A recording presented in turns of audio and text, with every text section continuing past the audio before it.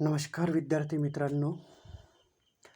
आज आपण भारतीय राष्ट्रीय सभेची स्थापना तथा जहाल व मावाडी विचारसरणी यासंबंधीची माहिती शिकूया.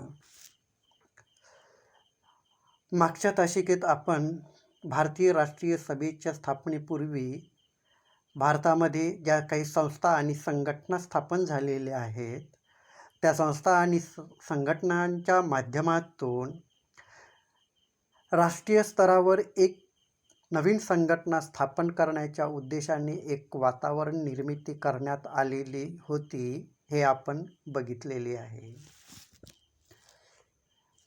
आणि त्या संस्था किंवा संघटनांच्या माध्यमातून अखिल भारतीय स्तरावर भारतीयांची एक संघटना असावी याविषयी जो विचार निर्माण करण्यात आलेला आहे, त्या विचारातूनच 28 डिसेंबर 1885 मध्ये मुंबई येथे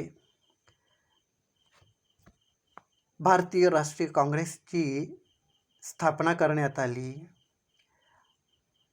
आणि याच वर्षी या भारतीय राष्ट्रीय सभेचे मुंबई येथे अधिवेशन सुद्धा घेण्यात आले आणि या अधिवेशनामध्ये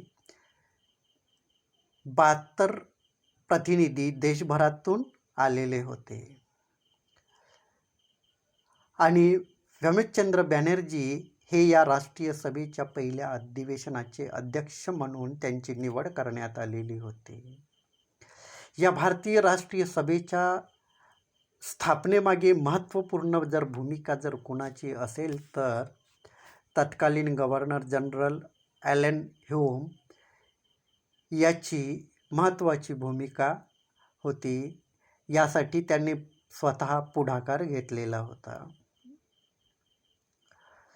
ज्यावेळेस भारतीय राष्ट्रीय काँग्रेसची स्थापना करण्यात आलेली होती त्यावेळेस फिरोजशाह मेहता, दादाभाई नौरोजी, रहिमतुल्ला सयानी, काशीनाथ त्र्यंबक तेलंग, गोपाळ कृष्ण गोखले यासारखे अनेक वरिष्ठ मंडळी या अधिवेशनामध्ये हजर झालेली होती.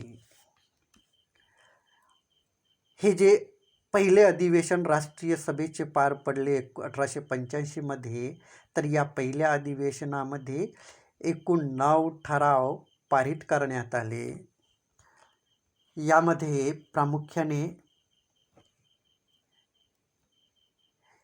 ब्रिटिशांच्या राज्यकारभाराची चौकशी करण्यासाठी एक आयोग नेमण्यात यावा,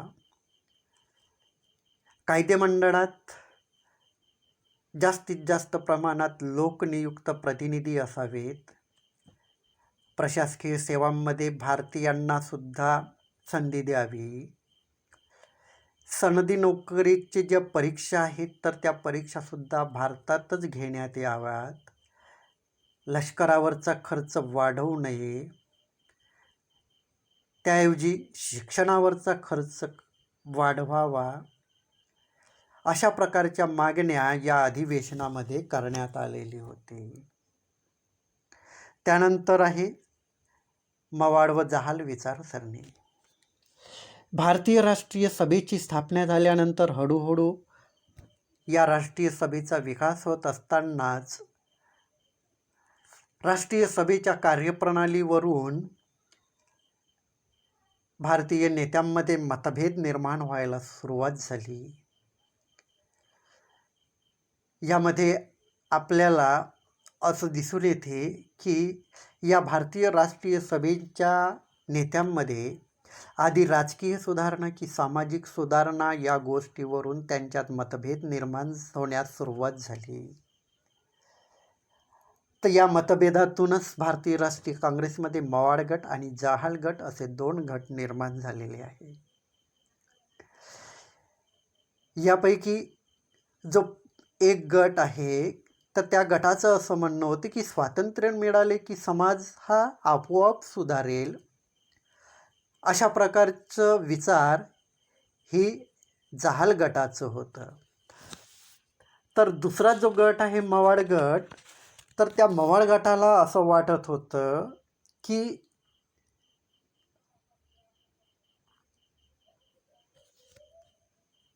स्वातंत्र्य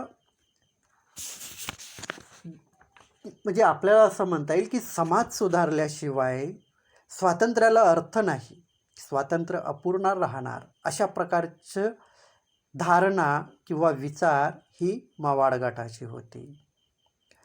तर याच मुद्द्यावरून भारतीय राष्ट्रीय काँग्रेसमध्ये 2 गट निर्माण झाले आणि पुढे यांच्यातील मतभेद हे वाढतच गेलेले आहे. समाज सुधारण्यासाठी ब्रिटिश सरकारची मदत घेण्यास कुठल्याही प्रकारची हरकत नाही असे या मवाळ गटाला वाटत होते. आणि गोपाळ गणेश आगरकर आहेत, हे या मवाळ गटाचे म्हणजे अग्रणी होते किंवा मवाळ गटाचे प्रमुख नेते होते. तर जहाल गटाचे जे नेते आहेत तर लोकमान्य टिळक हे जहाल गटाचे नेते होते.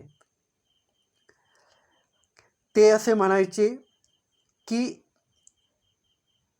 हे घर माझे नाही, ते अगोदर ताब्यात घेऊ, मग आपल्याला हव्या त्या सुधारणा करता येईल, अशा प्रकारची भूमिका लोकमान्य टिळकांनी घेतलेली होती. गोपाळ गणेश आगरकर यांच्याबरोबरच फिरोजशाह मेहता, गोपाळकृष्ण गोखले हे सुद्धा हे मवाळ गटाचे नेते होते.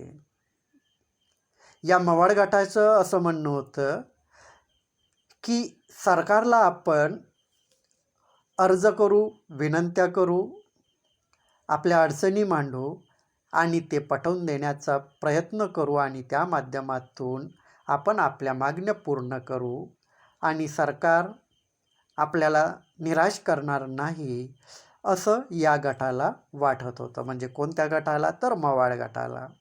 परंतु या उलट विचार हे जहाल गटाचे होते. त्यांचं असं म्हणणं होतं की अर्ज विनंत्या करून हे सरकार ऐकणार नाही, त्यासाठी आपले हक्क, आपले अधिकार आपल्याला हिसकावून घ्यावं लागणार, अशा प्रकारचं विचार या जहाल गटांनी मांडलेले होते. म्हणजे एकंदर काय, तर भारतीय राष्ट्रीय काँग्रेसच्या नेत्यांमध्ये आधी राजकीय सुधारणा की समाज सुधारणा या मुद्द्यांवरून 2 गट निर्माण झालेले होते. आणि हे जो मतभेद आहे तर ते उत्तरोत्तर या नेत्यांमध्ये वाढतच गेलेले आहे. आणि त्याची परिणिती आपल्याला 1907मध्ये सुरत येथे झालेल्या भारतीय राष्ट्रीय काँग्रेसच्या अधिवेशनामध्ये ते अधिकच टोकाला गेले. या अधिवेशनामध्ये स्वदेशी व बहिष्कार हे ठराव जे लोकमान्य टिळकांनी मांडलेले होते तर ते ठराव बाजूला करण्याचा प्रयत्न हे मवाळ गटांनी केलं. आणि हा ठराव बाजूला सारण्यात येऊ नये यासाठी जहाल गट म्हणजे प्रयत्नरत होता.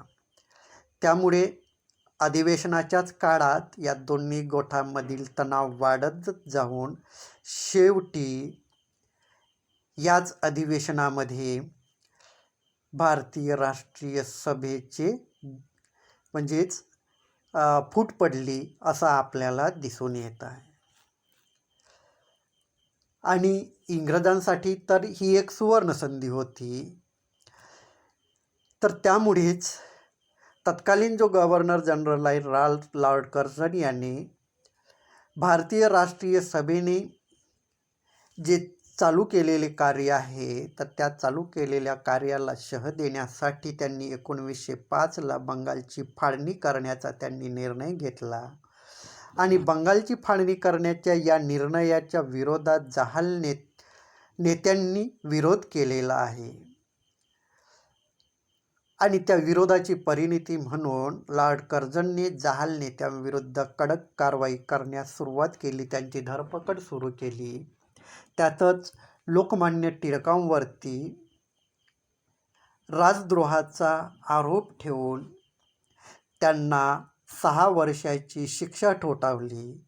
आणि 6 वर्षाची शिक्षा दिल्यानंतर त्यांना ब्रह्मदेशातील मंडाले येथील तुरुंगामध्ये त्यांना पाठवण्यात आलेलं होतं. आणि लोकमान्य टिळकांचा जो जहाल गट आहे तर त्या जहाल गटामध्ये बिपिनचंद्र पाल आणि लाला लजपत राय हे सुद्धा होते, तर त्यांना सुद्धा शिक्षा ठोठावून हद्दपार करण्यात आलेलं होतं. तर राजद्रोहाच्या आरोपाखाली